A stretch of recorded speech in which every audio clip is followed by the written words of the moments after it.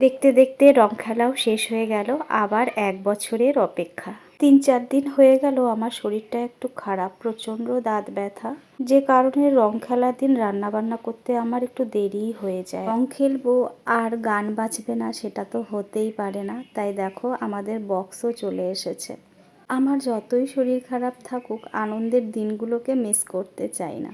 খুব একটা বেশি কিছু রান্না করিনি, লাউ শাক আর মাংস করেছিলাম, তাও আমার অনেক দেরি হয়ে গেছিলো। আমার বর চলে এসেছে খাওয়া দাওয়া করে, এখন উনি বেরিয়ে যাবেন, তাই আমি বললাম একটু দাঁড়াও, আগে আমি তোমাকে রং দিয়ে নিই।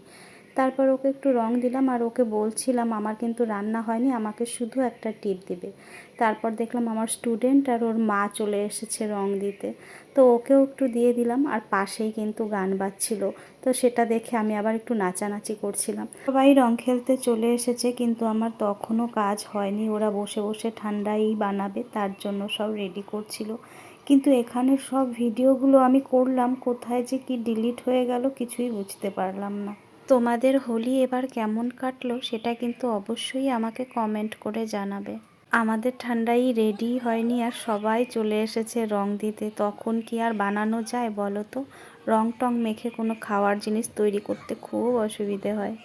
তো তাও হাত টাত ধুয়ে সব ঝেড়ে মুছে আবার সেটা বানাতে লেগে গেছিলাম, কিন্তু সেই ভিডিওগুলো আমি কোথায় হারিয়ে ফেললাম জানি না। তো একের পর একজন এসে আমাকে ভূত করেই দিয়ে গেল। এদিকে কিন্তু আমার প্রচণ্ড গলা ব্যথা, দাঁত ব্যথা, তাও দেখো সবার সাথে আনন্দে, মানে কি বলবো, যদি ব্যথা ব্যথা করে শুয়ে বসে থাকি আর বাইরে না বেরোই তাহলে মনে হয় আমার ব্যথা আরও বেশি অনুভব হবে। তাই সবার সাথে আনন্দের মুহূর্তটা ভাগ করে নিলাম যাতে ব্যথাটা আমার কম অনুভব হয়। আর তোমাদের রং খেলা কেমন কাটলো অবশ্যই কমেন্ট করে জানাবে।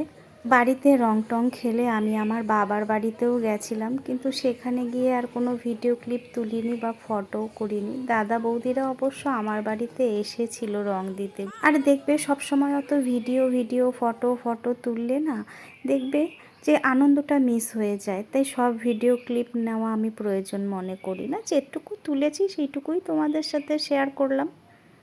ভিডিও ফটো তোলার চক্করে যদি আনন্দটাই উপভোগ না করি তাহলে আর কিসের জীবন। সবাই এখানে অনেকক্ষণ ধরে নাচানাচি করছিল, আমি আসতে একটু লেট করে ফেললাম, তারপর আমিও শুরু হয়ে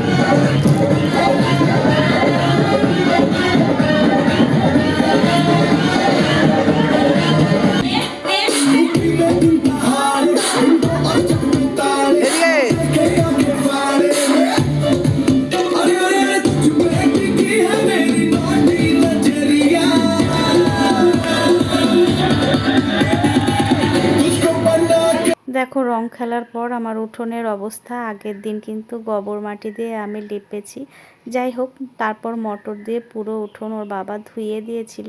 এবারের মতো রং খেলায় এখানেই শেষ। তোমরা সবাই খুব সুস্থ থাকো, ভালো থাকো, দেখা হবে অন্য কোনো নতুন ভিডিওতে। Tata, bye bye.